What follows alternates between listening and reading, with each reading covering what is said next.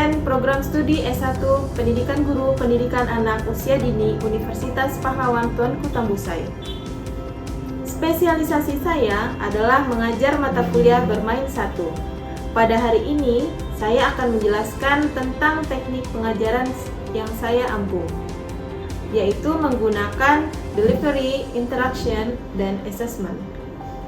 Mata kuliah bermain 1 berada pada bobot 2 SKS pada semester 2. Mata kuliah ini merupakan mata kuliah wajib yang harus diikuti oleh mahasiswa pendidikan guru pendidikan anak usia dini, mengingat prinsip pembelajaran anak usia dini bermain sambil belajar, belajar seraya bermain.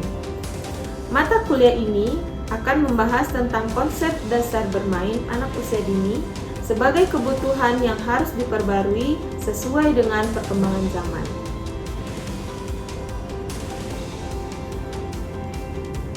Dengan mengikuti mata kuliah bermain 1 ini, mahasiswa diharapkan mampu memahami beberapa hal berikut ini. Yang pertama, mahasiswa memahami konsep dasar bermain, mampu memahami teori-teori bermain, memahami bagaimana perkembangan permainan dari zaman ke zaman, mampu mendesain permainan anak usia dini, serta mampu mendesain alat permainan edukatif untuk anak usia dini. Untuk mencapai kemampuan tersebut, mahasiswa akan diberikan topik-topik yang akan dibahas selama 14 kali pertemuan. Berikut topik-topik yang akan dibahas antara lain: konsep dasar bermain anak usia dini, teori-teori bermain, perkembangan bermain anak usia dini, jenis-jenis bermain, perbedaan individu dalam bermain, permainan dan perkembangan anak, permainan modern, permainan tradisional, alat permainan edukatif, bermain sains, dan bermain matematika anak usia dini. Nah, setelah kita tahu gambaran singkat mata kuliah bermain 1 yang saya ampuh, selanjutnya saya akan menjelaskan teknik pengajaran yang saya gunakan, yaitu delivery, interaction, dan assessment. Yang pertama adalah delivery. Bagaimana saya menyampaikan materi perkuliahan kepada mahasiswa? Ada 3 strategi yang saya gunakan. Yang pertama, penyampaian materi menggunakan PowerPoint. PowerPoint yang digunakan adalah PowerPoint yang semenarik mungkin, sehingga mahasiswa merasa senang belajar pada mata kuliah bermain 1 ini. Yang kedua, menggunakan map mapping. Saya meminta mahasiswa mengisi mapping berdasarkan materi-materi yang sudah mereka baca sebelumnya. Yang ketiga, saya meminta mahasiswa menyelesaikan materi setiap minggunya secara berkelompok dan akan memanggil secara acak karena setiap kelompok selalu siap setiap minggunya. Teknik yang kedua adalah interaction. Bagaimana saya berinteraksi dengan mahasiswa? Ada beberapa metode interaksi yang saya gunakan dengan mahasiswa. Dalam perkuliahan saya, ada beberapa saluran komunikasi yang saya gunakan. Yang pertama, di dalam kelas, saya selalu memotivasi mahasiswa agar berpartisipasi aktif dan bertanya dan mengemukakan pendapat dalam pembelajaran, sehingga proses pembelajaran berjalan komunikatif dan 2 arah. Yang kedua, menggunakan media WhatsApp sebagai sarana berdiskusi di luar kelas.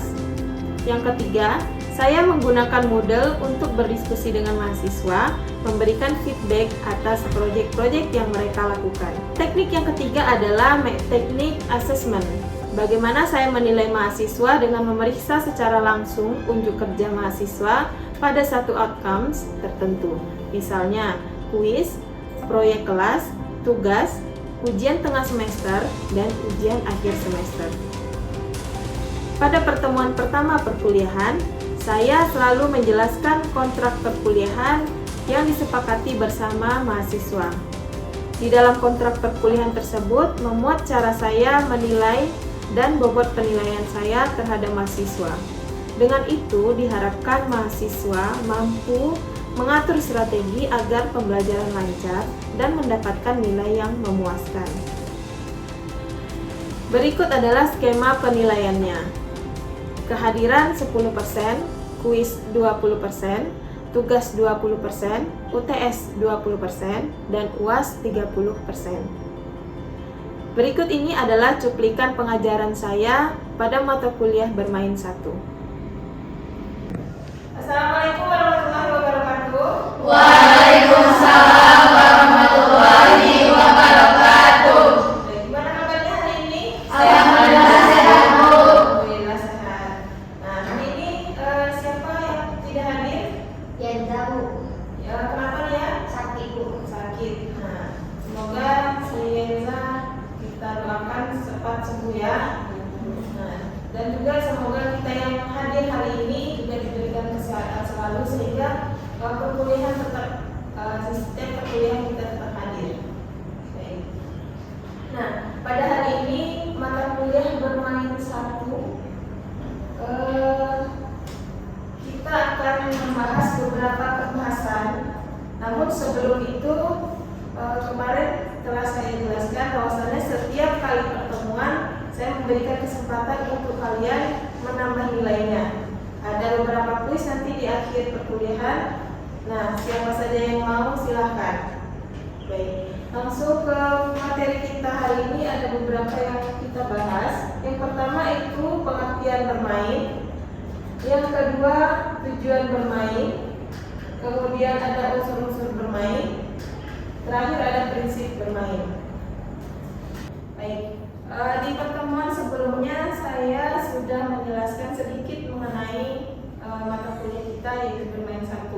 Nah, seperti yang sudah saya jelaskan bahwasannya bermain adalah kebutuhan untuk anak usia dini, ya. Nah, sebagaimana prinsip pembelajaran anak usia dini, siapa yang tahu? Prinsip ya, silakan. Itu bermain sambil belajar. Bermain sambil belajar. Bagaimana yang lain? Masih ada yang kurang, Bu. Ya, silakan. Selain bermain sambil belajar, ada juga bermain saya belajar. Oke, jadi prinsip prinsip pembelajaran anak usia dini adalah belajar sambil bermain, bermain seraya belajar. Ya, nah hari ini kita akan mengupas mengenai konsep dasar bermain anak usia dini. Namun sebelum itu saya ingin tahu bagaimana pengetahuan kalian mengenai bermain anak usia dini, ya. Oke. Saya butuh beberapa kata saja mengenai bermain yang kalian ketahui. Oke, silakan siapa? Ya. Spontan. Spontan. Kemudian siapa lagi? Ya. Menyenangkan. Menyenangkan. Apa lagi? Ya, enak. Menggembirakan. Menggembirakan.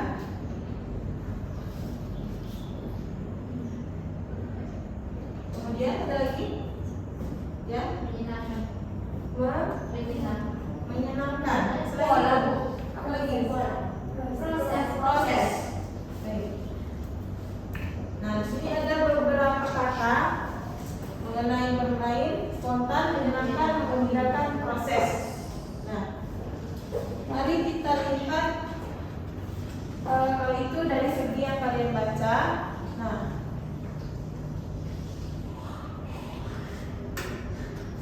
oke.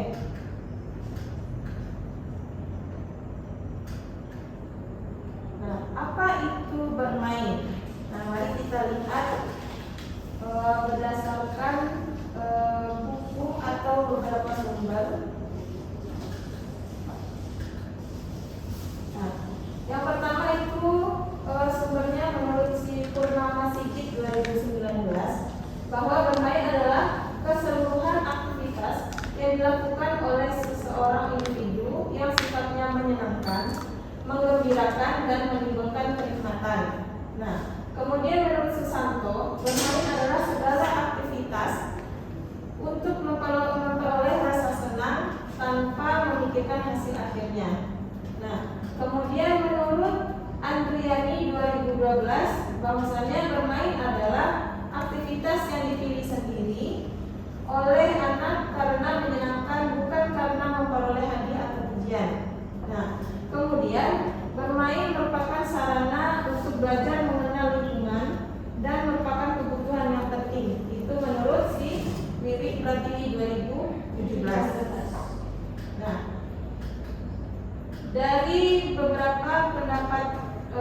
sumber berikut, kemudian dari yang sudah dibaca, siapa yang kira-kira dapat menyimpulkan apa itu bermain? Coba, siapa? Silakan, siapa yang mau? Coba, Ya, bermain itu adalah suatu kegiatan yang dilakukan oleh seseorang untuk memperoleh kesenangan tanpa memperhatikan hasil akhir. Oke, Vera? Menurut saya, bermain itu sangat perlu untuk anak usia dini karena belajar sambil bermain itu sangat menyenangkan. Oke. Nah, di sini dapat kita simpulkan bahwasanya bermain itu adalah kegiatan yang menyenangkan, menggembirakan, dilakukan secara spontan dan tidak memikirkan hasil akhir atau reward dan merupakan sarana pembelajaran bagi anak usia dini. Nah, kembali ke prinsip yang tadi, belajar sambil bermain, bermain seraya belajar. Nah,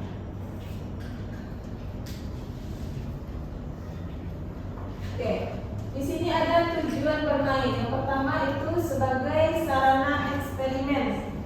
Sarana bereksperimen di sini maksudnya adalah anak bebas untuk melakukan apapun. Nah, di antara kalian waktu kecil pernah bermain masak-masakan mungkin? Pernah. Nah, di sana apa yang kalian lakukan?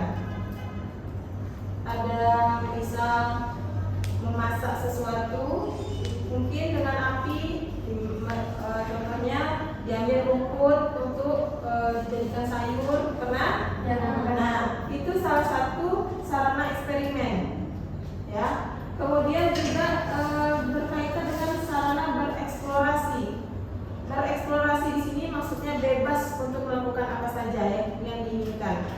Nah, misalnya si Vera mau memasak nasi, tapi nasinya itu diwakilkan oleh batu misalnya. Jadi batu kecil-kecil itu dianggap itu nasi. Nah, sama seperti daun tadi itu dianggap sebagai sayurnya misalnya, ya. Nah, kemudian melatih beradaptasi dengan lingkungan. Nah, bermain masa-masa itu di mana biasanya dilakukan? Di luar rumah. Di luar rumah. Nah, otomatis di lingkungan kan? Ya, di lingkungan. Sehingga anak-anak itu berpikir, ini saya mau bikin sayur apa ya yang bisa dijadikan sayur, rumput misalnya, ya. Atau saya ingin membuat kue seperti tepungnya apa ya kira-kira, tanah misalnya, ya. Itu artinya mereka beradaptasi dengan lingkungannya. Oke. Kemudian ada sarana peniruan. Nah, sarana peniruan di sini maksudnya adalah misal ketika kalian bermain masak-masakan itu siapa yang ada di otak kalian? Meniru siapa? Ibu. Meniru ibu misalnya. Nah, itu sarana peniruan. Atau bermain mengandaikan dirinya sebagai dokter misal, meniru atau berperan sebagai seorang ayah, bisa laki-laki atau berperan sebagai anak-anak bisa. Nah, jadi sebagai sarana peniruan. Nah, sampai di sini ada yang ingin ditanyakan? Saya Yang silakan. Assalamualaikum warahmatullahi wabarakatuh. Waalaikumsalam warahmatullahi wabarakatuh. Jika ada guru yang memaksa anak untuk bermain, bagaimana guru? Oke, jika ada guru yang memaksa anak bermain, nah kita kembali lagi kepada prinsip di awal. Apa tadi? Bermain tadi apa pengertiannya? Dilakukan secara Spontan, kemudian menyenangkan, menggembirakan, prosesnya ada. Nah, kalau seandainya dipaksa, apakah dia itu spontan? Tidak ya. Kalau spontan itu artinya saya ingin bermain, saya ingin bermain sendiri. Ya, itu spontan. Kemudian ketika dipaksa untuk bermain, apakah ada rasa senang? Tidak ya. Nah, jadi kira-kira ketika dipaksa, anak dipaksa bermain, Apakah itu dinamakan bermain? Tidak.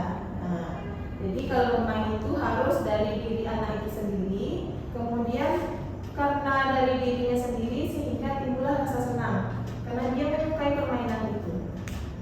Oke, Vera bisa dipahami? Terima kasih. Oke, kita lanjut. Nah, di sini aktivitas bermain tidak sama dengan aktivitas belajar.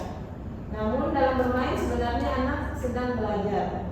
Anak dikatakan bermain ketika mereka merasa senang dan gembira, dilakukan secara spontan dan menciptakan aturan sendiri dalam permainannya.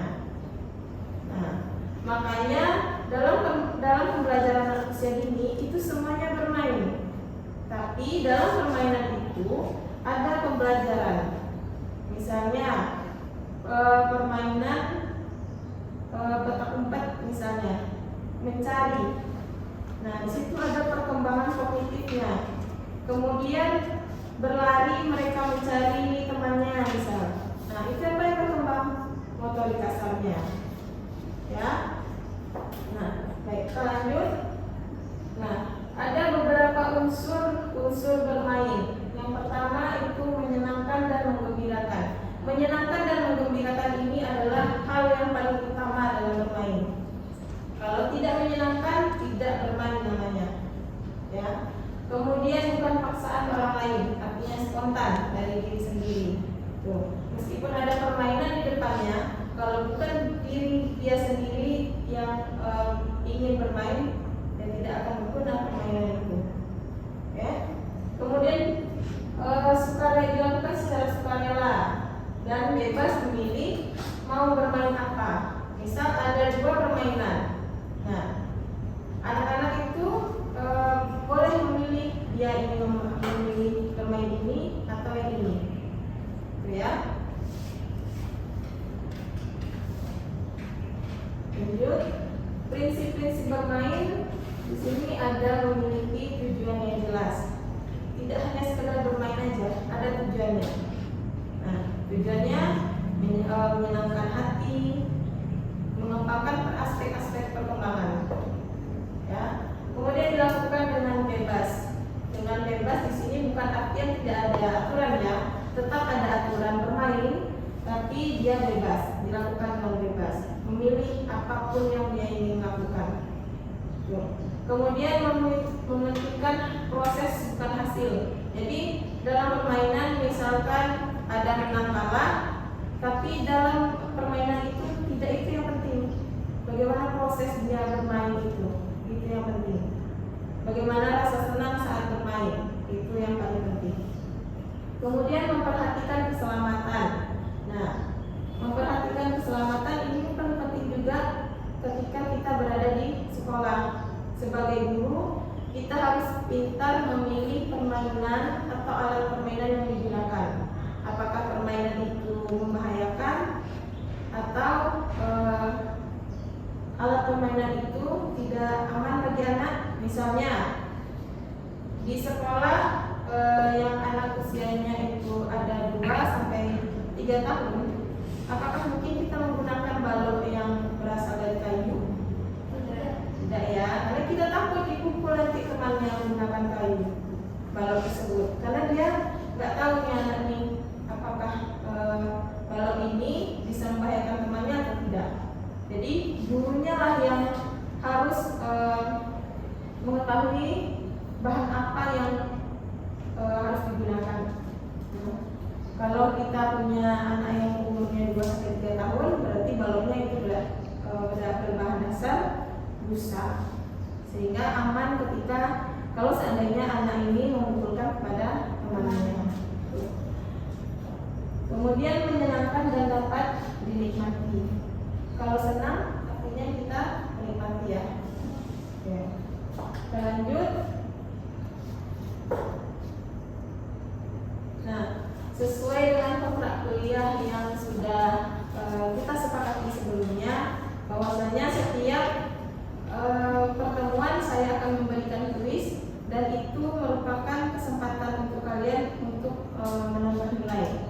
Ya, hari ini saya memberikan kesempatan 3 orang untuk menjawab 3 kuis. Ya, Siapa yang ingin menjawab kuisnya? Ada yang ingin? Ya, Vera. Satu lagi, siapa? Dua lagi? Ya, siapa lagi? Satu orang lagi. Hena. Ya, Vera pilih nomor berapa? Nomor 1. Nomor 1.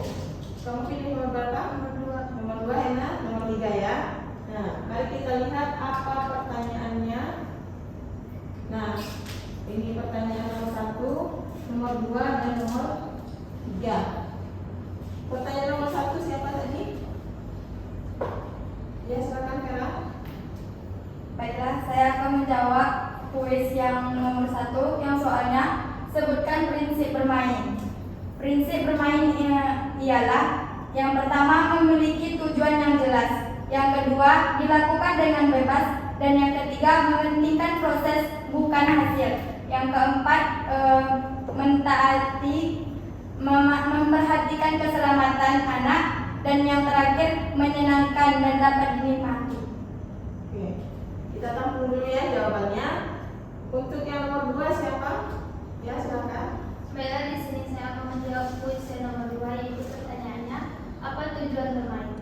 Menurut saya, tujuan bermain itu ada 4. Yang pertama yaitu sebagai sarana bereksperimen.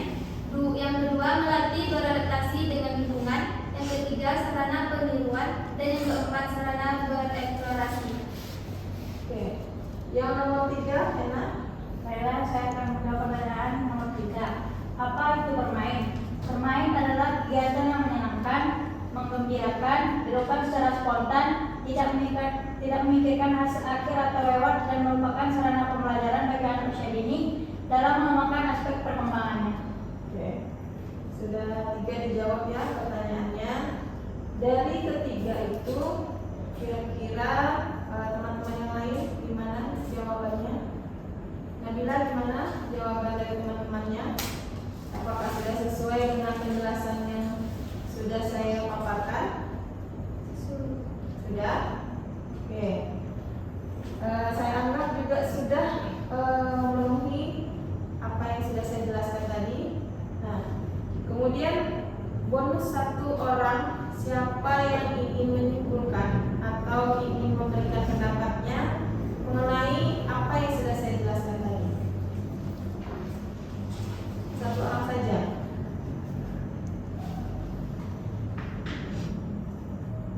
Apa aja? Terserah. Apa yang sudah didapat dari pemahamannya dari apa yang saya jelaskan tadi? Ya, silakan.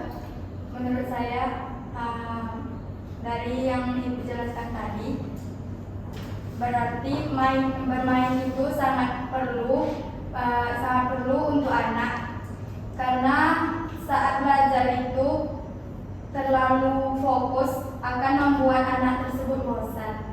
Jadi kita sebagai guru harus melakukan anak itu bermain sambil belajar. Baik, mungkin cukup.